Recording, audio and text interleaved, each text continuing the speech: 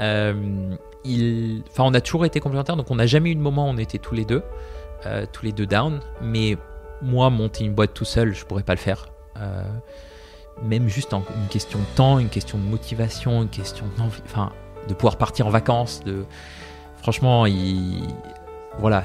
Pour moi, les deux trucs importants, c'est être plusieurs et se faire confiance, notamment d'eux, et se faire full confiance. Et nous, s'il y a un truc à retenir, qu'on retient de nos trucs, c'est que on se fait une confiance aveugle, surtout.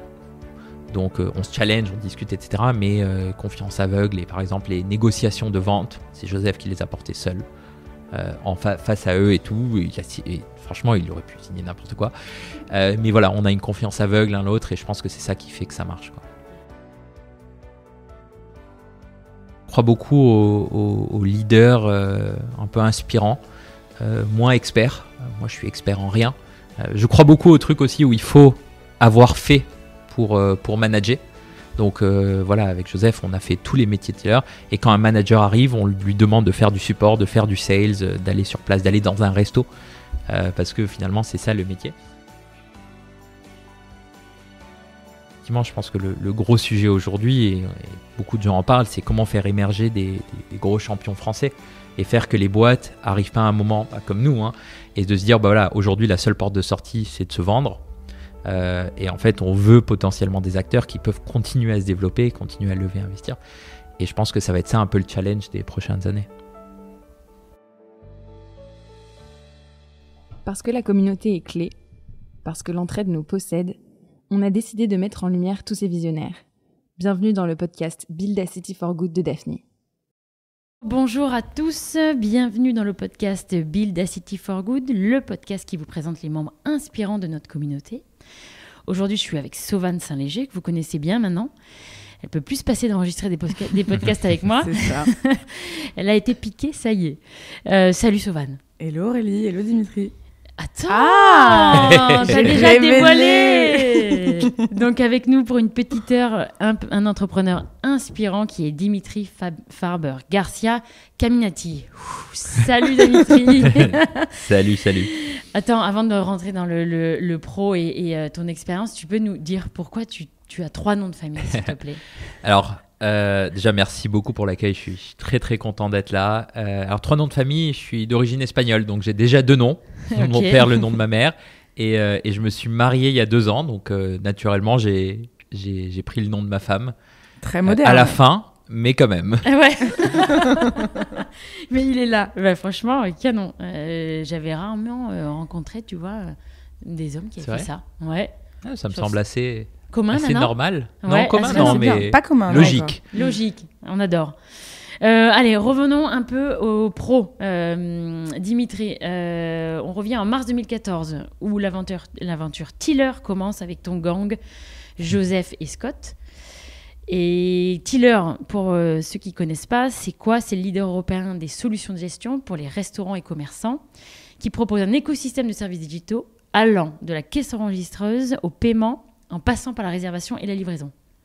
C'est très très bien pitché. C'est bon. Il y a toujours une appréhension. Ouais, c'est clair. Est-ce que j'ai dit des conneries? En 2016, vous levez un premier site de 4 millions, puis 12 millions en 2018. Vous vous lancez en Italie, en Espagne. En 2019, vous rachetez une start-up espagnole qui s'appelle Business. Ouais. Et en mars 2021, vous êtes racheté par le groupe anglais SumUp. Les terminaux de paiement que vous avez dû tous utiliser dans les taxis, dans les restaurants. Les petits terminaux blancs qu'on voit un peu partout. Ouais. Exactement. Avant de parler plus en détail de toute cette aventure, est-ce que tu peux nous dire quand même, toi, qui tu étais, d'où tu viens, tu peux nous parler de ton adolescence, ton enfance et comment tu es devenu entrepreneur? Ok, ça fait une longue histoire, je vais essayer de la résumer. Moi, j'ai eu une super enfance dans le sud de l'Espagne. J'ai un peu des origines entre grecque, espagnole, marocaine et d'Europe de l'Est, donc vraiment un mélange assez intéressant. Et donc j'ai grandi à Malaga, dans le sud de l'Espagne, sur la pointe sud. Et voilà, j'ai fait toute mon enfance, toute ma scolarité là-bas. Et je suis arrivé à Paris, j'ai un peu débarqué à Paris, comme je dis, à 18 ans. En prépa, moi qui connaissais pas trop Paris, j'ai eu un choc un peu culturel, que ce soit les gens, la météo, la ville. J'étais pas prêt. Qu'est-ce qui t'a le plus choqué à ce moment-là, tu penses?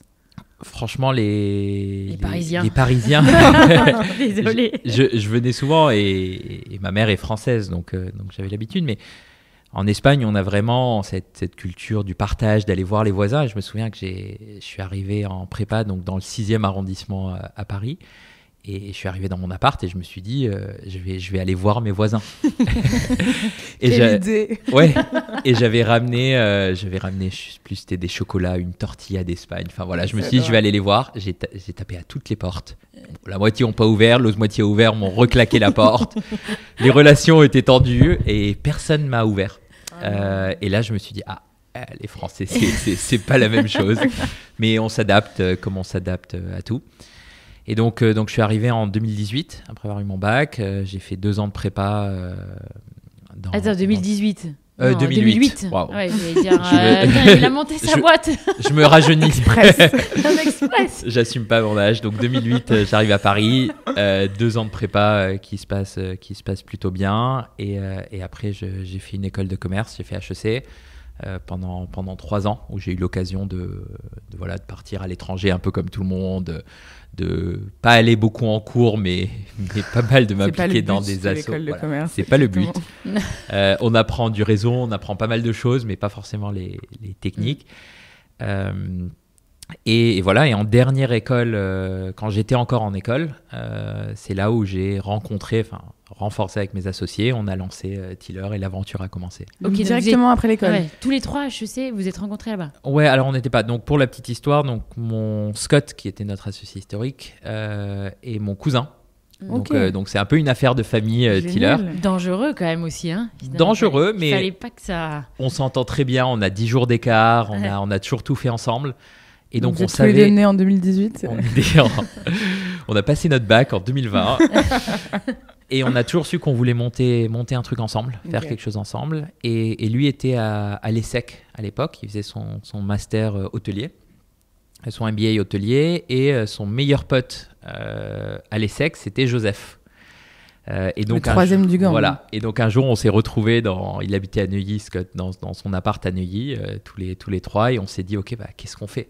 On a encore 1 an d'école, on n'a pas beaucoup de cours, faisons un truc. Et on se connaissait pas du tout avec Joseph, et voilà, et ça a matché tous les 3 dès day one, quoi. C'est génial. Et voilà, et donc c'est comme ça que l'aventure est partie en 2014. Donc là, vous sortez d'école et directement vous montez Tiller. On était encore en école. Okay. J'étais diplômé fin 2014. Donc on avait encore... En vrai, l'idée a commencé à germer à l'été 2013. On a commencé à réfléchir, à discuter. Mais comme au début, il n'y a pas grand-chose. Et je me souviens qu'on on a eu cette idée un peu de travailler pour les restos, de travailler dans l'environnement hôtelier, parce que Scott et Joseph venaient de ce milieu, donc ils connaissaient bien. On avait plein de potes qui avaient un resto. On avait monté un resto à Bordeaux qui n'avait pas du tout marché. Mais c'était une belle aventure. Donc voilà, on avait tâtonné sur plein de choses différentes et on était finalement arrivé à cette idée de plateforme de gestion et de caisse enregistreuse. Et pour la petite histoire, Scott, après 1 an et demi, un peu moins d'1 an et demi d'aventure, il était en alternance chez Accor, un groupe Accor. Et voilà, il a eu une offre qu'il ne pouvait pas refuser, d'aller à Singapour pour un poste de rêve. Et donc, il est parti et il a quitté l'aventure. Et on s'est retrouvés, Joseph et moi, on s'est regardé dans le blanc des yeux, on ne se connaissait pas. Et on a énorme. Attends, ça, c'était en quelle année que Scott il part? Je crois qu'il part en 2015. Et donc vous vous dites, parce que c'était un peu Scott le lien aussi entre vous, et vous dites on continue quand même. Ouais, on s'est regardé, on a dit qu'est-ce qu'on fait? On avait peut-être 1 ou 2 salariés à l'époque, enfin on n'avait rien, quoi. Et on s'est dit non, on continue, on n'a pas du tout envie d'aller bosser en M&A, en banque d'affaires, en conseil comme tout le monde faisait à l'époque, en tout cas tout le monde en école. Et donc on s'est dit on y va, on continue et go, quoi. Et donc alors qu'est-ce qui se passe là? Comment est-ce que vous démarrez l'aventure? Alors écoute, officiellement on crée la boîte en 2014, on sort à l'époque, en tout cas l'écosystème entrepreneurial était moins développé qu'aujourd'hui. Il y avait moins de fonds, moins de choses, etc. Par contre, ce qu'il y avait à l'époque, c'est pas mal d'incubateurs. Et donc on les a tous fait parce qu'on s'est dit c'est des bureaux gratos. Donc on va faire ça. Donc on avait fait l'école 42 en banlieue parisienne. On était allé à Nouma, pas loin d'ici, qui n'existe plus. On avait fait Microsoft Ventures, on avait fait la Pépinière 27, on a fait l'ESSEC Ventures. Vraiment, on a fait tous les bureaux gratuits de Paris. Et en fait c'est là aussi on a rencontré celui qui est devenu notre associé technique, Vincent. Voilà, qui nous a permis de créer notre nouveau produit, de nous développer. Et je crois qu'on a commencé à vendre fin 2015. Un an après. Voilà, un an après, grosso modo.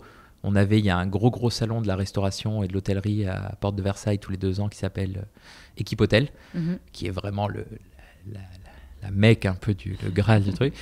Et donc on était allé, on n'avait pas de thunes, donc on avait pris le plus petit stand qui existait. Je pense que c'était même pas un stand, ça faisait 3 mètres carrés avec un poteau au milieu. Et on l'avait partagé avec Lydia. À l'époque, c'était c'est toujours, mais c'était nos potes, ils avaient rien non plus. Et donc je me souviens, on avait partagé, on a mis le feu sur le stand et c'est comme ça que ça avait vraiment commencé, quoi. Ah, c'est génial. Et qui étaient vos premiers clients alors ? C'est pas mal de clients marseillais. Il y a les Halles de la Major, notamment. Ça fait plaisir à Aurélie, ça. À Marseille, bien sûr. Exactement. Moi, je suis basée à Marseille maintenant, donc on les connaît bien. Ouais, et on les salue. C'est important, les premiers clients. Hein. Ouais. Comme quoi, les Marseillais ont fait confiance. Je sais pas s'ils auraient dû. C'était vraiment, je me souviens, la cata au début. Comme tous les produits, quoi. On n'avait rien. Mais bon, ils nous ont supportés. Franchement, nos 30 premiers clients, je ne sais pas combien sont encore là aujourd'hui, mais c'est fort, quoi. Moi, je n'aurais pas installé le produit au début, quoi. mais par ailleurs, vous continuez malgré ces bugs, et vous levez de l'argent surtout. Et dans un moment où... C'était moins commun. Ouais. Vous faites on dit un site de 4 millions qui aujourd'hui... peut être plus normal ou commun. Ouais, aujourd'hui, c'est du Family and Friends. À l'époque, c'était le plus gros site français. Mais ça, c'est hallucinant, parce que c'était en 2016. Donc en 2016, ouais, c'était pas si longtemps. Exactement. Mais voilà, à l'époque, c'était assez fort. Et je me souviens que là où on est arrivé un peu sur le marché, on s'est différencié. D'ailleurs, c'est un peu ce qui nous a différencié pendant longtemps, c'est notre capacité de vendre. Okay. On a toujours fait un peu à l'américaine, on aime bien dire. C'est-à-dire que on n'avait pas le meilleur produit. Ça, je pense qu'on peut l'assumer aujourd'hui. Mais on n'avait pas peur. On était justement ici, et la rue Montorgueil, on se l'est faite 150 fois à faire du porte-à-porte, à insister, à revenir. Les gens nous détestaient. Mais voilà, on avait vraiment cet ADN un peu sales, un peu loup de Wall Street, avec les bons et mauvais côtés.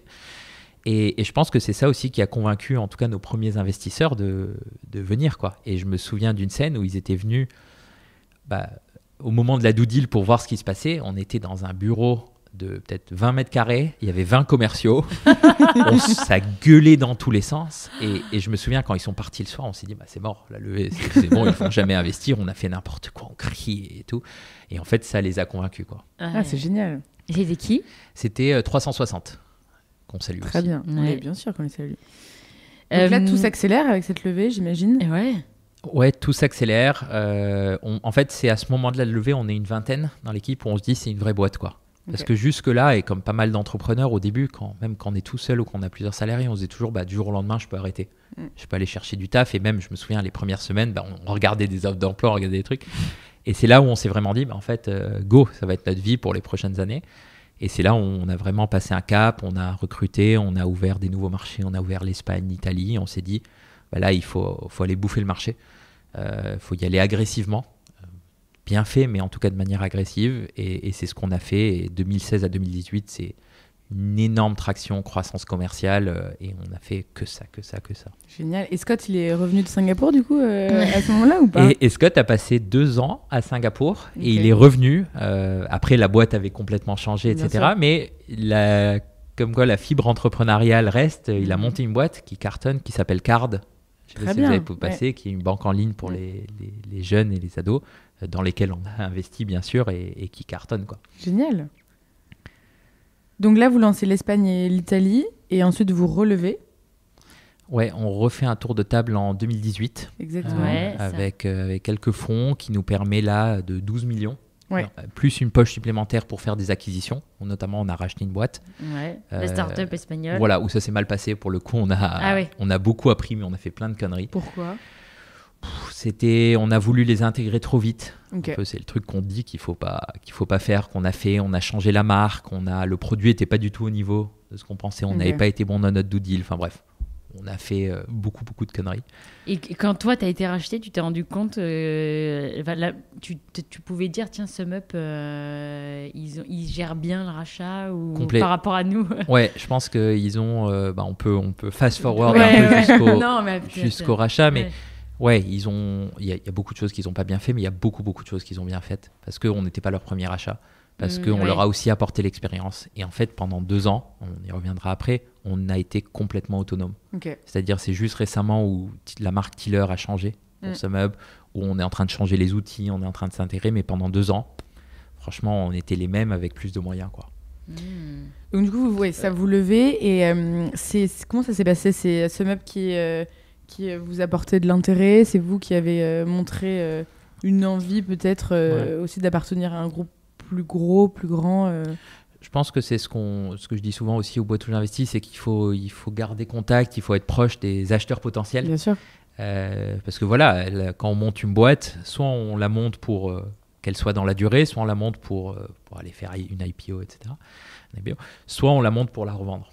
Et vous l'aviez montée pour la revendre dès le début ?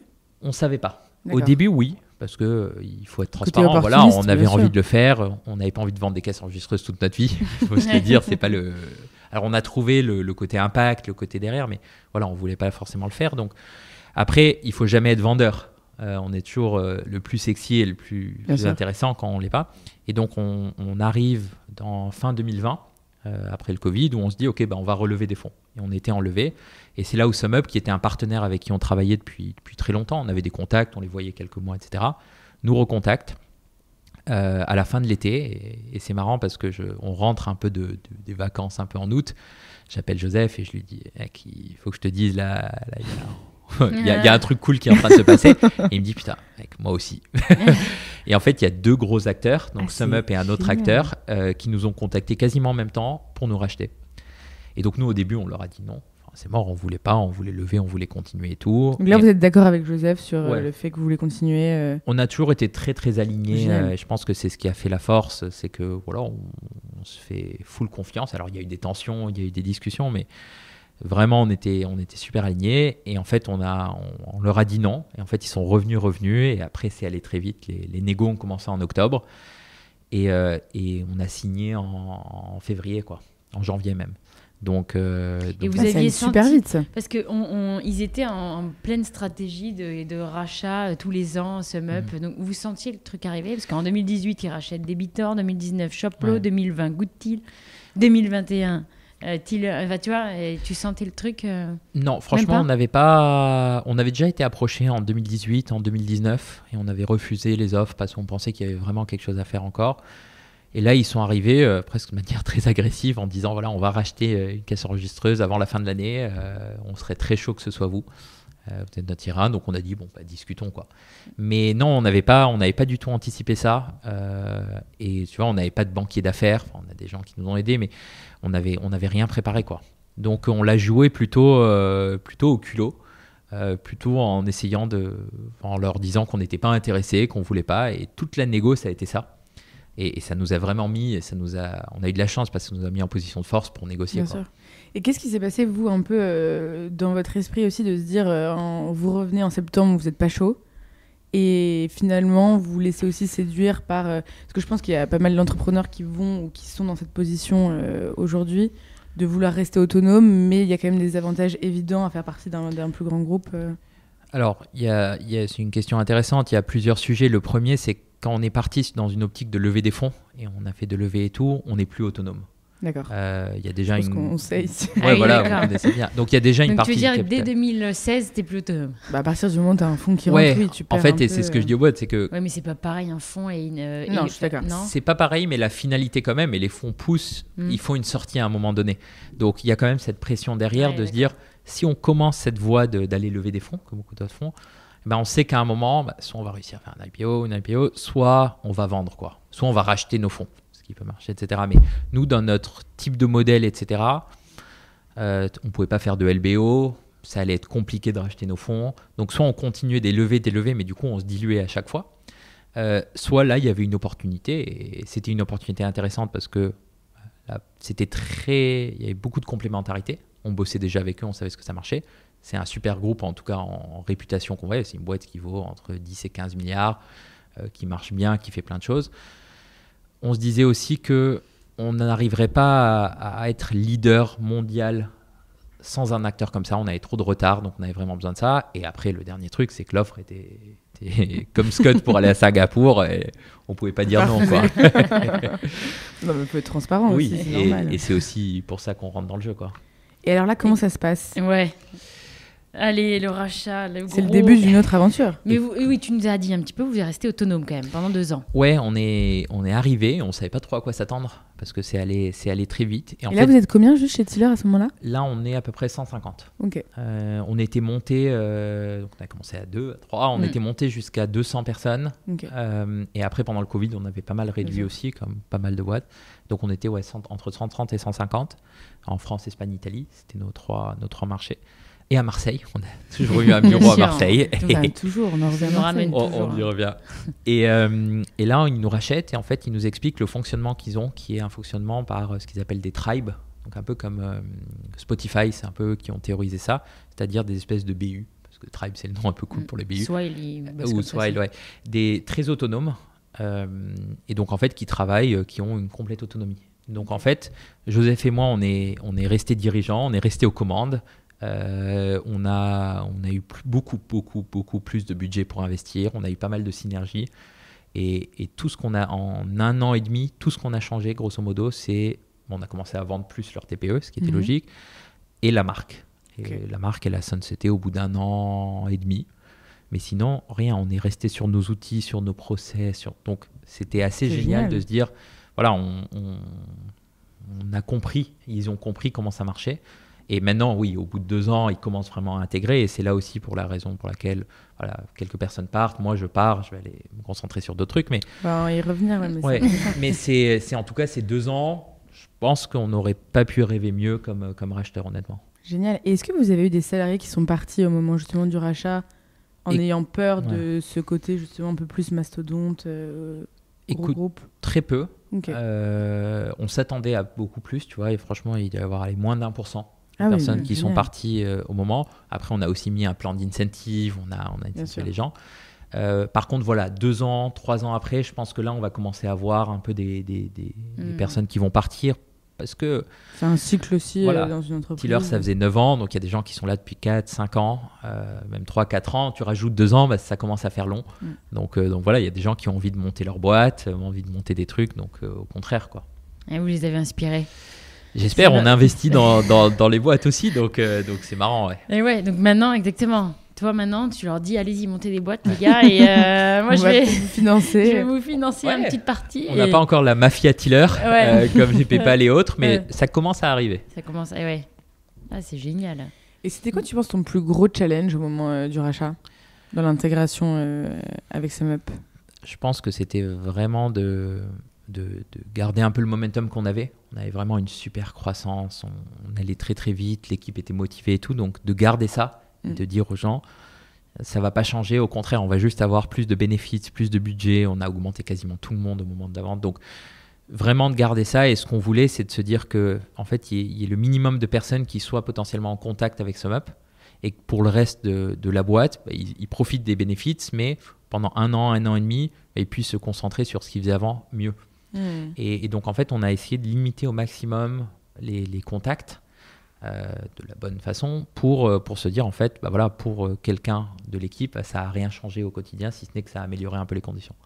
Mais c'est génial, je pense, même pour les entrepreneurs et les salariés qui entendent aussi ce témoignage, c'est-à-dire que parfois ça peut faire peur de perdre son ADN, son autonomie, etc. Et toi, et apparemment comme les salariés, au final, ça a été que du positif dans cette aventure. Ouais. Maintenant, je pense que je dis ça, mais il y a aussi du négatif, bien sûr, parce qu'il y a des choses qu'on ne peut plus dire, il y a des choses qu'il faut contrôler, on n'a plus complètement la main sur tout, mais franchement, à 90%, c'était du positif pour les gens. Et moi, je le mesure, franchement, je ne saurais pas dire par le nombre de gens qui sont encore là, le nombre de personnes qui sont encore là. Et aujourd'hui, 95% des gens sont encore là, on du rachat, donc je me dis que c'est plutôt un succès, quoi. En tout cas, la Et transition. au niveau du bureau, tu as dit, vous avez gardé votre autonomie, vos bureaux, et il n'y avait pas eu d'intégration dans des bureaux, avec partage de bureaux avec eux. Non, l'avantage qu'on avait, c'est qu'ils étaient pas présents en France Il n'y avait pas de bureau en France. et en Espagne. Ils avaient pas de bureau en Italie Ok. non plus. Donc en fait, on a gardé nos bureaux et au contraire, c'est eux qui sont venus. On les a rebrandés récemment. Mais sinon, non, on a gardé complètement. L'Europe du Sud, c'est à nous et c'était à nous. C'était à Ouais. nous et c'est à nous. Ouais, je pense que ça joue aussi effectivement dans l'autonomie. Je pense que ça joue beaucoup, ouais. Par Que ce rapport soit à ça. pas dans le même pays. Parce que là, ils se sont dit, voilà, la France, c'est un pays différent. On va pas impacter, on va pas changer. Par exemple, je sais pas, des choses aussi bêtes que les grilles de salaire, etc. C'est nous qui les avons apportées, les conditions et tout. Alors que si on avait été dans le même pays, ils auraient pu imposer directement. Bien Et sûr. c'est logique, les choses. Passionnant. Et tu penses que ça, par rapport, toi maintenant on va y revenir, mais devenu aussi un peu investisseur, c'est quelque chose qu'on va voir de plus en plus, justement le rachat comme ça de groupes, de start-up, des consolidations sur le marché. C'est quoi un peu ta vision actuelle ? Alors, effectivement, je suis passé un peu de l'autre côté de la barrière. Pas au point de racheter des boîtes pour l'instant, mais l'instant. en tout cas pour investir. Effectivement, on est dans un mode, et en tout cas dans une année ou des années où il y a de plus en plus de consolidation et donc de rachat de startups par des grands groupes parce que les multiples baissent par rapport à la période 2021 où c'était Euphorique. voilà, euphorique. Donc là, les valorisations baissent, donc c'est plus dur de lever des fonds. En tout cas pour les boîtes qui sont plus jeunes, etc., qui n'ont pas forcément prouvé. Donc effectivement, là, je vois des valorisations par rapport au moment où nous on a vendu qui sont 10 fois, 15 fois moins, quoi. Donc c'est presque les Vous avez eu soldes un pour bon les grands timing, groupes. là. Ah, on a eu de la chance. Il faut du toujours une talent, il faut petite du travail, chance, mais ouais. il faut de la chance. Ouais. Et voilà, et je pense qu'il y a beaucoup ça. Et effectivement, je pense que le gros sujet aujourd'hui, et beaucoup de gens en parlent, c'est comment faire émerger des gros champions français et faire que les boîtes arrivent pas à un moment comme nous, et de se dire, voilà, aujourd'hui, la seule porte de sortie, c'est de se vendre. Et en fait, on veut potentiellement des acteurs qui peuvent continuer à se développer, continuer Bien à sûr. lever, investir. Et je pense que ça va être ça un peu le challenge des prochaines années. Donc là, toi, tu investis dans quel genre de boîte et tu prends pas opérationnel, mais est-ce que dans quelle mesure tu t'investis dans la boîte et quel secteur tu privilégies? Écoute, j'ai fait une quarantaine d'investissements. Ah oui. Je communique pas dessus, pas beaucoup dessus, mais ouais, une quarantaine de lignes depuis 2018. On avait fait un peu de secondaire et on avait commencé à investir. Nous, on a toujours eu des BA, des business angels qui ont investi chez nous, donc on avait envie de le refaire. En plus, en France, il y a des conditions fiscales qui permettent aussi de favoriser le réinvestissement, ce qui est super, ce qui commence à arriver en Espagne, un peu en Italie. Et donc, j'ai pas eu de thèse d'investissement au début. C'est coup de cœur. Ouais, c'était coup de cœur, c'était beaucoup sur les entrepreneurs, c'était du très early. Moi, je mets les tickets entre 30 et 100 000. Donc voilà, donc j'ai fait un peu de tout. J'ai fait des boîtes qui n'ont pas marché, j'ai fait des boîtes qui ont super marché. Je crois qu'on a fait quelques boîtes ensemble aussi, que vous avez aussi. Absolument. Et en fait, depuis 1 an et demi, alors est-ce que c'est l'arrivée de ma fille, est-ce que c'est d'autres choses, etc. Moi, j'ai toujours eu un petit côté de moi sur le côté vraiment impact, social business, etc. Avant de bosser, de lancer Tiller, j'avais fait des stages. Bon, ça vaut ce que ça vaut en microfinance. Notamment, j'avais beaucoup bossé, notamment en Afrique de l'Ouest et en Afrique centrale. Et donc, depuis 1 an et demi, j'ai recentré ma thèse autour de l'impact. Mais l'impact, pas stricto sensu, mais plutôt pour moi. En tout cas, les sujets qui me tenaient à cœur, qui sont l'accès aux ressources, l'éducation, l'agriculture et un peu l'impact environnemental, entre guillemets. Donc, depuis 1 an, je fais quasiment, enfin, je fais que ça, quasi exclusivement. Et donc voilà, donc il y a moins de boîtes. Aujourd'hui, on le voit, il y a du coup moins de deal flow, mais voilà, il commence à y avoir pas mal de boîtes très très cool qui se lancent dans ça. Et pour moi, en fait, dans 2 ans, tout le monde le fera et tout le monde sera obligé de le faire. Aussi, Et c'est juste qu'aujourd'hui, on est un peu, pas avant-gardiste parce que ça veut rien dire, mais en tout cas, on anticipe un peu, quoi. Mais c'est bien aussi que, évidemment que ça vient des entrepreneurs et c'est ce que notre ressenti aussi chez Daphne, mais aussi que ce soit ce que recherchent les business angels parce que, on le rappelle, c'est la première étape de financement dans la vie d'une startup. Et donc toi, là, bientôt, c'est fini, Tiller. Ah. Moi, j'arrive à la... excitant, là, c'est une nouvelle étape qui s'annonce. Ouais, on voit tous les posts LinkedIn, souvent des entrepreneurs qui ont vendu Tu vas mettre working on something new et être harcelé par tous les fonds de VC, y compris Daphne pour ta prochaine étape. On verra, mais souvent on voit un post qui dit voilà, merci, etc. pile 2 ans après la vente. Donc moi, ça sera un peu plus. Donc c'est aussi le fait que ça ait marché. Hein. Donc je vais rester. Mais là, voilà, dans les prochains mois, je quitterai le navire à contre-cœur parce que ça doit faire. C'est quoi tu ressens quoi? Parce que c'était quand même. Écoute, c'est 10 ans 9 ans officiellement de ma vie. Et en fait, j'ai connu que ça, j'ai jamais bossé. Ça, ouais. Après, ça va être facilité aussi par le fait que la marque Tiller n'existe plus. Donc, qui est un peu ce qu'on a créé, ce qu'on avait inventé. Donc, mais non, ça va être dur. Moi, mon objectif là sur la dernière année, c'était de placer entre guillemets les personnes de l'équipe et s'assurer que tout le monde ait des bons postes, se trouve dans la nouvelle orga. Mais voilà, je pense que pour moi, il est temps de passer à autre chose. On fêtera ça bien et ça sera cool.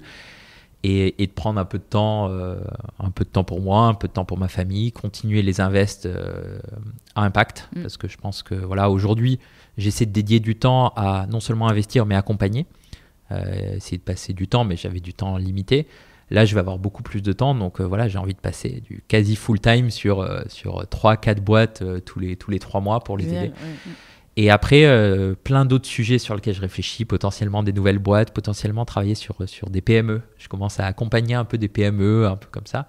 Je pense qu'il y a un potentiel aussi de ouf sur ces pépites un peu industrielles et leur apporter le côté un peu start-up. Donc voilà, franchement, 1 million d'idées. Ça va pas vraiment être une retraite anticipée en fait. Mais tu te fais une petite période de slow life quand même. Je me fais au moins 1 mois. J'adore. 1 mois où je vais faire... C'est quoi le concept de slow life? Ils ralentissent, ils sont tranquilles, ils partent un que peu, ils vont dans une maison de vacances. Problème, ma femme bosse, j'ai ma fille, t'as la crèche, c'est... Tu peux pas vraiment faire la slow life. Ça peut faire tout seul, mais non, effectivement, je vais prendre 1 mois où je vais rien faire, juste à part investir, faire beaucoup de sport. J'aimerais peut-être voyager un peu, faire pas mal de choses. Mais sinon, non, je pense que je vais m'ennuyer. Le problème, en fait, de cette retraite à 33 ans... Dans ces débats sulfureux sur la retraite, ça va scandaliser. Voilà, 32 à 35, non, je rigole, mais c'est que tout le monde bosse. Bien sûr. Et donc, voilà, un peu à contre-courant faire des aussi, choses en pleine journée, c'est sympa. Donc, non, je pense que ça va, au bout de 2 semaines, je vais en avoir marre et je vais Après, le métier d'investisseur aussi, en fonction de ton degré d'implication... et de business angel, on le voit, peut te prendre tout ton temps si tu le souhaites. Oui, et c'est l'idée. Je pense que j'ai vraiment envie de me bloquer des créneaux, par exemple toutes les matinées où je fais du sport, du perso avec ma fille, etc. Mais de réussir à passer 2-3 heures par semaine avec plusieurs boîtes, sur chacune des boîtes. Moi, je me dis que ça peut apporter de la valeur parce que j'aurais aimé avoir ça à l'époque. Donc, je me dis que ça va être top, quoi. Tu penses que tu vas remonter une aventure entrepreneuriale from scratch ou pas ? Écoute, je sais pas. Là, tout de suite, à chaud. Là, tout de suite, je me dis potentiellement, oui. Après, j'ai 2 choix. C'est soit je remonte. Moi, je considère que j'ai pas vraiment d'ego. En tout cas, j'ai pas envie de monter un gros truc pour être connu, entre guillemets, sortir, etc. Tu l'es déjà. Donc... petite échelle. Mais en tout cas, j'ai pas forcément envie de faire the next big thing, quoi. Donc, soit je monte un truc très petit, en comité réduit, qui peut vraiment pas avoir de l'impact local, donc par exemple accompagner des startups, faire un petit groupement, un petit fonds, quelque chose, etc. Soit faire un truc plus gros, mais qui soit très très impact social et presque philanthropique, quoi. Donc pas avec une notion de se dire je veux générer du retour, même si moi je crois vraiment au fait de se dire que c'est un peu le social business entre guillemets, c'est qu'il faut qu'il y ait cette dimension impact, mais il faut qu'il y ait cette dimension financière, business, revenu financière derrière. Sinon, c'est de l'asso, c'est de l'associatif, etc. Ce qui est intéressant, ce que je fais. Mais voilà, donc ça sera un des 2 choix probablement, et 2 choix complètement opposés. Mais... Et t'aimes bien cette place que tu prends du coup maintenant de l'autre côté, où c'est toi qui es investisseur et qui pose les questions et qui pas met la pression, tu vois, mais tu vois, t'es pas VC, mais bon, t'as eu des BA qui sûrement à un moment donné de demander des comptes ou tu vois, et cette place toi, que tu prends maintenant, tu l'aimes bien ou tu préfères quand même être dans l'action et dans, tu vois, la création de... Je sais pas, je saurais pas te dire, mais j'adore cette place. Ouais. En fait, je trouve elle est très très cool. Je trouve que quand tu as un entrepreneur ou une entrepreneuse, je sais jamais, en face qui est assez ouvert et qui écoute et qui demande le temps. Donc il y a des boîtes où que je vois 1 heure toutes les semaines, quoi, ou 2 heures toutes les semaines. Il y en a que je vois jamais. Et en fait, quand en face il y a des personnes ouvertes qui sont prêtes à écouter et tout, moi je pense que c'est le meilleur métier du monde, quoi. C'est ce que vous faites aussi.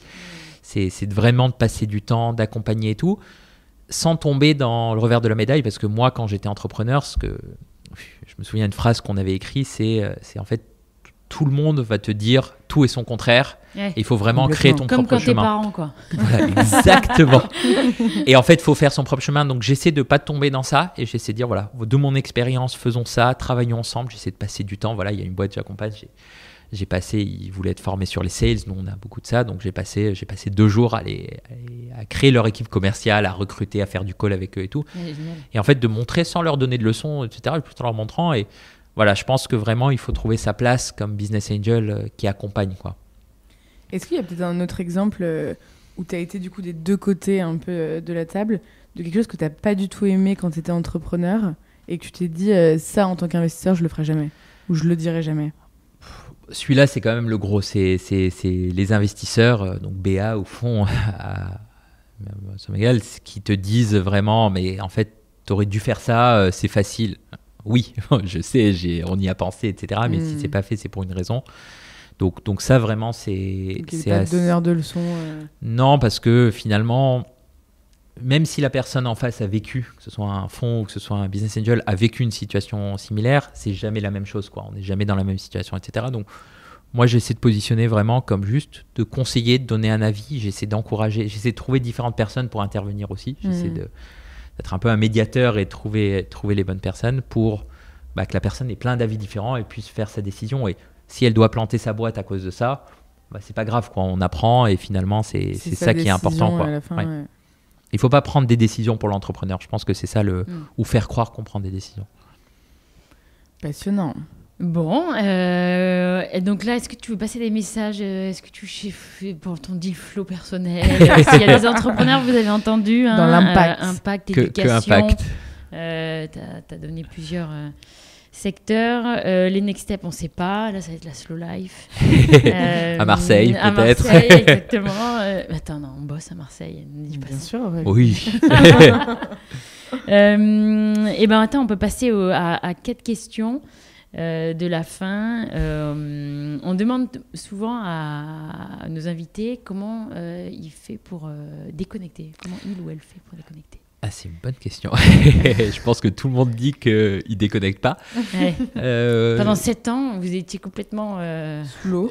Ouais, aujourd'hui, ça va parce que, de toute façon, 18h30, je vais chercher ma fille. Le matin, je la dépose. Donc, c'est beaucoup plus facile aussi. Très moderne comme le nom de famille.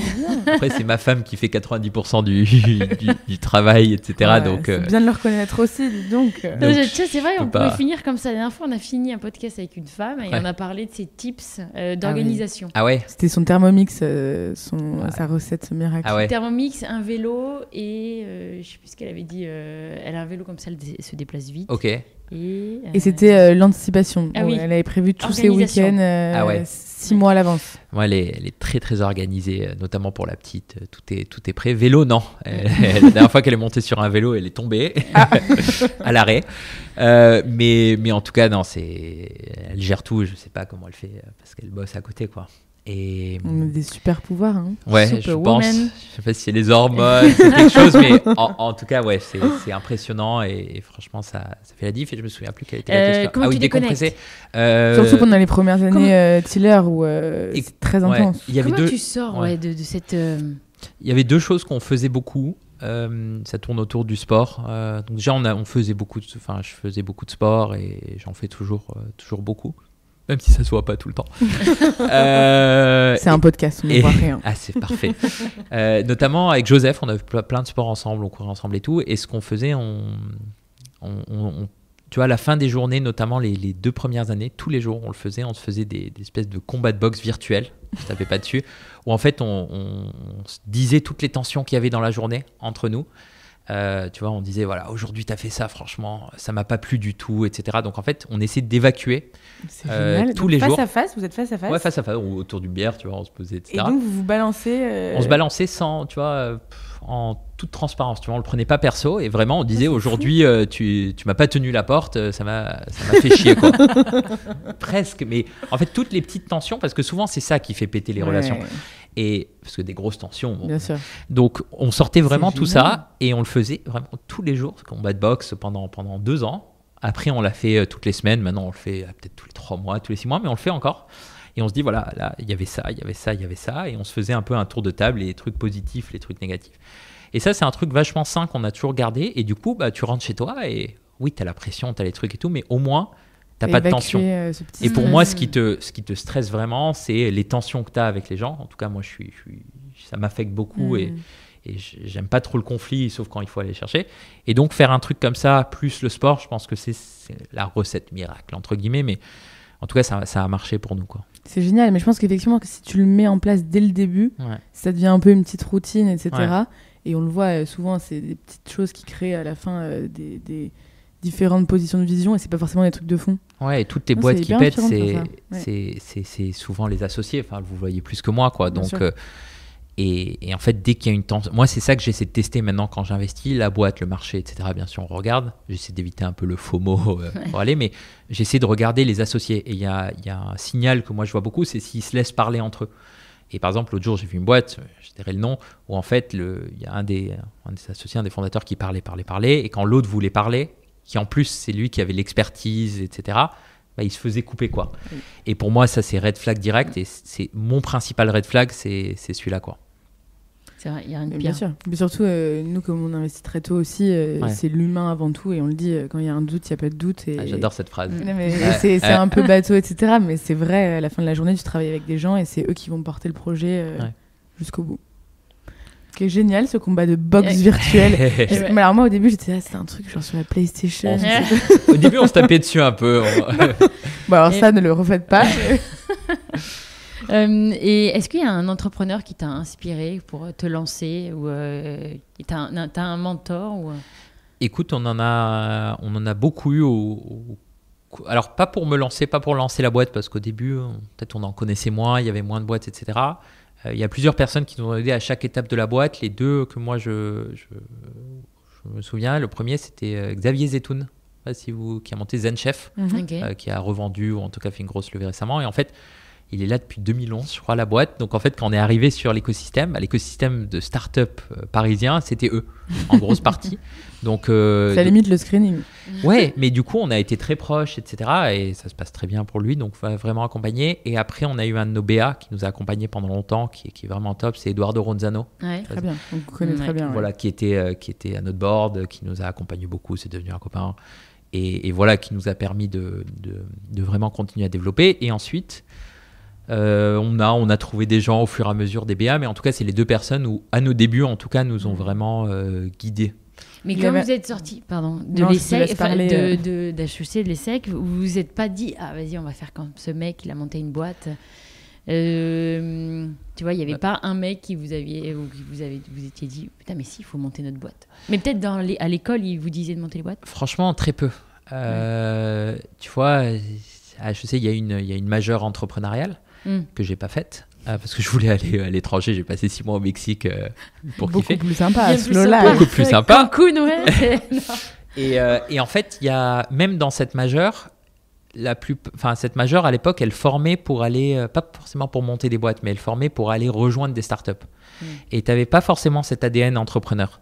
Et tu vois, de ma promo, maintenant il y a des entrepreneurs, tu vois, mon meilleur pote qui a monté Ornicar, qui a monté des boîtes comme ça, mais à l'époque, c'était vraiment pas encouragé. Maintenant, ça l'est de plus en plus. Donc, en fait, on n'avait pas trop ce truc où aujourd'hui, on se dit, bah voilà, il y a telle personne, il y en a plein. À l'époque, franchement, il y avait des entrepreneurs, mais c'était beaucoup moins accessible. T'en avais pas beaucoup. Donc non, franchement, au début, on était un peu perdus sur ça.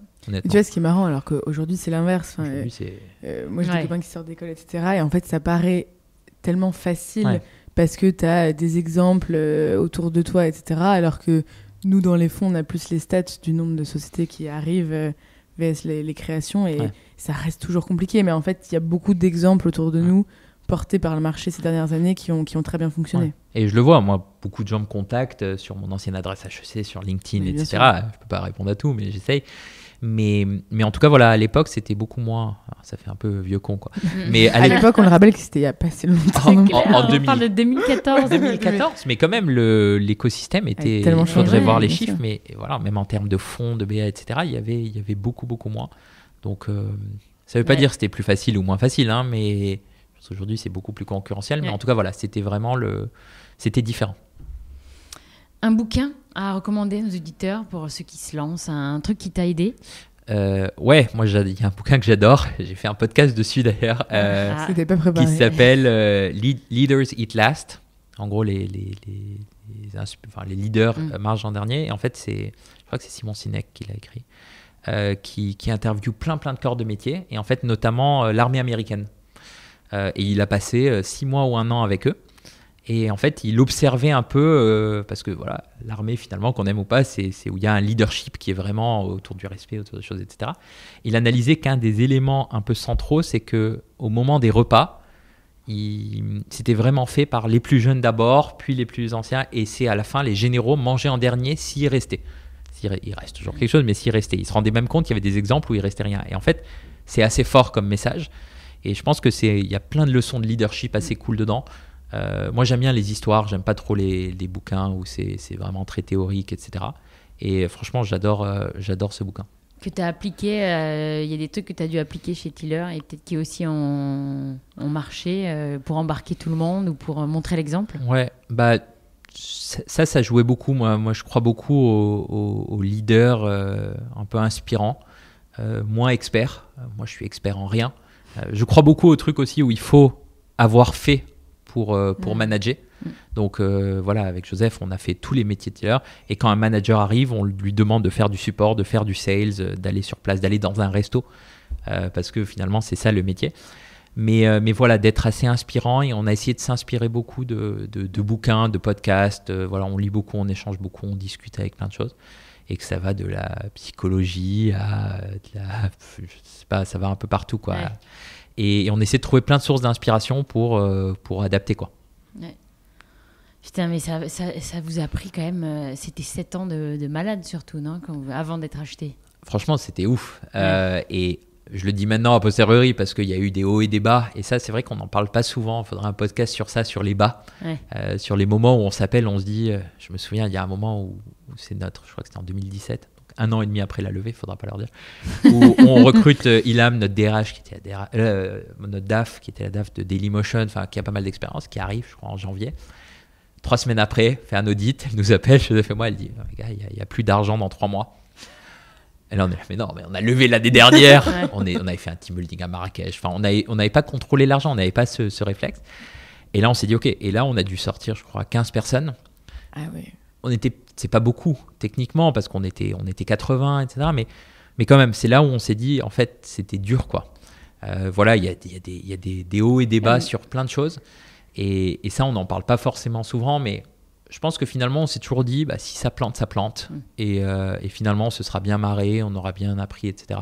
Donc, je Pas pense trop se prendre au sérieux. Ouais, franchement, c'est un jeu, non, parce qu'il y a la vie des gens, il y a Bien des sûr. salaires, etc. Mais voilà, tout le monde peut retrouver un métier, en tout cas dans ces secteurs-là. Les développeurs, les commerciaux faciles. Et en fait, on était très transparent avec. On leur disait, voilà, c'est loup de Wall Street un peu chez nous, assumé, avec les bons et les mauvais côtés. Et donc, ça peut marcher comme ça peut péter. Et en l'occurrence, ça a marché. Génial. Et là, quand vous êtes deux, quand tu es en mode down, là, ça aide, non? Ou il y a eu des fois tous les deux down, ou c'est Non. ou l'autre, tu vois, lui permet de se relever, allez, non, on y va. Franchement, on a toujours été, on est à l'opposé complet, tu vois. On Ah est introverti, extraverti, on est Vous avez sales, fait pas tous sales. vos Ouais, des c'est petits marrant. tests de Oh. comment es-tu, Ouais. est-ce qu'on est compatible Ouais. dans la Et- vie professionnelle. Et ouais, je suis un grand fan de MBTI, donc j'ai Bien aussi. sûr. Mais on a toujours été complémentaires, donc on n'a jamais eu de moment où on était tous les deux down. Mais moi, monter une boîte tout seul, je pourrais pas le faire. Même juste une question de temps, une question de motivation, une question d'envie, de pouvoir partir en vacances. Franchement, Tu peux pas tout porter tout seul aussi. Voilà, Pour moi, les deux trucs importants, c'est être plusieurs et se faire confiance, notamment deux, et se faire full confiance. Et nous, s'il y a un truc à retenir, qu'on retient de notre truc, c'est qu'on se fait une confiance aveugle, surtout. Ouais. Donc, on se challenge, on discute, etc. Mais confiance aveugle, et par exemple, les négociations de vente, c'est Joseph qui les a portées seul. Face à eux et tout, et franchement il aurait pu signer n'importe quoi, mais voilà, on a une confiance aveugle l'un l'autre et je pense que c'est ça qui fait que ça marche, quoi. Ouais. C'est génial. Bon, c'est la clé de voûte Ouais. Pour nous en tout cas. Après je sais pas si pour les autres, bah, mais... même tu sais quand t'es dans les relations humaines, bien sûr, quand t'es salarié, même tu vois, chez les filles, c'est pareil. Si t'as pas confiance en sinon tes t'es stressé, sinon et même les uns les autres, on fait quand même des travaux où t'es assez solitaire parfois et il faut que tu aies confiance dans l'autre à 100%. Mais c'est compliqué si elle a déjà été un peu ébréchée, cette confiance à un moment. C'est pour ça que je pense que tu vois, là j'ai une boîte où il y a des petites tensions. Direct, je les ai fait prendre un coach qui est top, et ils ont passé du temps, etc. Parce que sinon c'est petit et après ça pète. Mais voilà, ça se construit aussi avec le temps. C'est un mariage. Hein. J'ai été marié à Joseph plus de temps que j'ai été marié à Claire. Donc c'est bientôt le divorce. Mais ça va être dur pour vous. Ça va être une. On va se séparer peu à peu. Nostalgie dans la voix. Les enfants seront partis, donc on peut se séparer. C'est sûr si on refait quelque chose, on le refera probablement ensemble, parce que voilà, on se connaît, et on sait que ça marchera, quoi. Et ouais. Génial. Et le prochain défi sportif alors Putain, c'était c'est la prochaine question.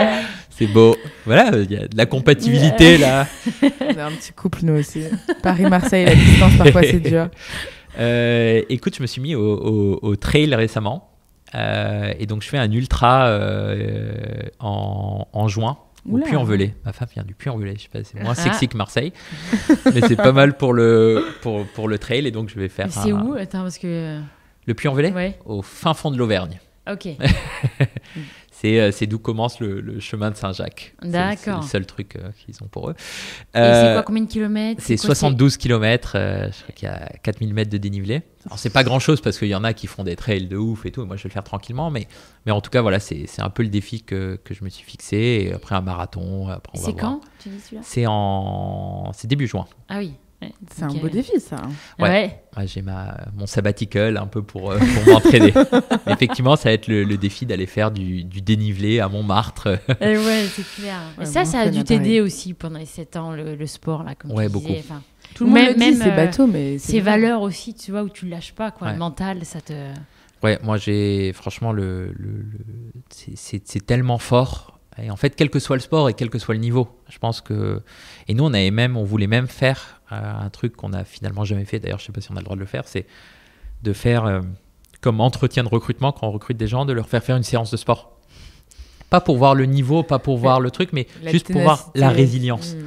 Et pour moi, résilience, c'est aussi ce qui a fait que nous, on aime bien l'utiliser, parce que Tiller, ça a été vraiment des hauts et des bas, et on a essayé de faire ça. Et ça, on le voit tout de suite quand on fait du sport, quoi. Est-ce que la personne va aller en chercher une en plus, une répétition, un truc, etc. Et bon, je crois qu'on n'a pas le droit de le faire comme test et tout, mais sinon, moi, je trouve que ça joue beaucoup, et on voit tout de suite le caractère des personnes. Ouais, c'est vrai. Bonne idée, je pense qu'on n'a pas le droit, mais très bonne idée. Vous pouvez le tester. Bon, génial, Dimitri. Nous, on a abordé toutes nos questions. Je ne sais pas si tu avais des messages à faire passer ou des choses à dire en plus. Non, moi, s'il y a des entrepreneurs qui écoutent, continuez. Franchement, c'est super cool, et continuez sur des boîtes à impact au sens large, parce que il y aura toujours des investisseurs pour n'importe quelle boîte, et j'en ai fait du Web3 pour tester, pour voir, etc. Enfin, même s'il y avait un côté impact, etc. Mais je pense que dans quelques années, ça ne sera pas juste un critère qu'on rajoute, une slide qu'on rajoute à la fin en disant « Ouais, mais ma boîte, elle permet d'économiser du papier. » mais vraiment, ça sera le cœur des problématiques, et je pense qu'il y a beaucoup de choses à faire. Et les fonds aussi. Et d'ailleurs, c'est pour ça que moi j'ai investi dans Daphne, et ça se passe très bien. J'ai investi en d'autres fonds à impact. Et je pense que voilà, le monde de demain, ça sera ça. Donc, moi, j'ai envie de m'impliquer. Il y a de plus en plus de BA dedans. Donc, voilà, s'il y a des vrais projets à impact forts, je suis là. Contactez-le. Dimitri Farber Garcia Caminati. Ok. Faut retenir. Il n'y en a pas deux. Sinon, vous nous contactez, nous, on vous fait l'intro. Il n'y a aucun problème. Avec plaisir. Dimitri, merci. Merci infiniment. Merci beaucoup. Franchement, c'était génial. Merci pour bravo l'accueil. à vous, et bravo à Joseph aussi, qu'on salue. Sovan, et à Scott. Et à Scott, et à Vincent, votre associé aussi technique, comme vous l'avez appelé. C'est ça, non? Ouais. Donc il bravo, en faut. exactement, on avait besoin de lui. Donc merci à toi, bravo à vous, et puis à bientôt. Si vous avez aimé cet épisode, bien sûr, vous le partagez. Si vous voulez contacter Dimitri, n'hésitez pas. Et puis merci à Sovan. Mais merci. On ne peut plus s'arrêter passionnant, d'enregistrer des c'est podcasts. passionnant. Ça y est. Parce qu'on passe un super moment. Mais en vrai, c'est Donc, c'est passionnant. génial. On Donc, a la chance d'être très bien entourés en plus dans la communauté. Donc, Ouais. Vous avez une super communauté, il Ouais. faut le dire, il faut tout dire. Allez, merci beaucoup. Merci beaucoup. Et à bientôt. Au revoir. Salut. Au revoir.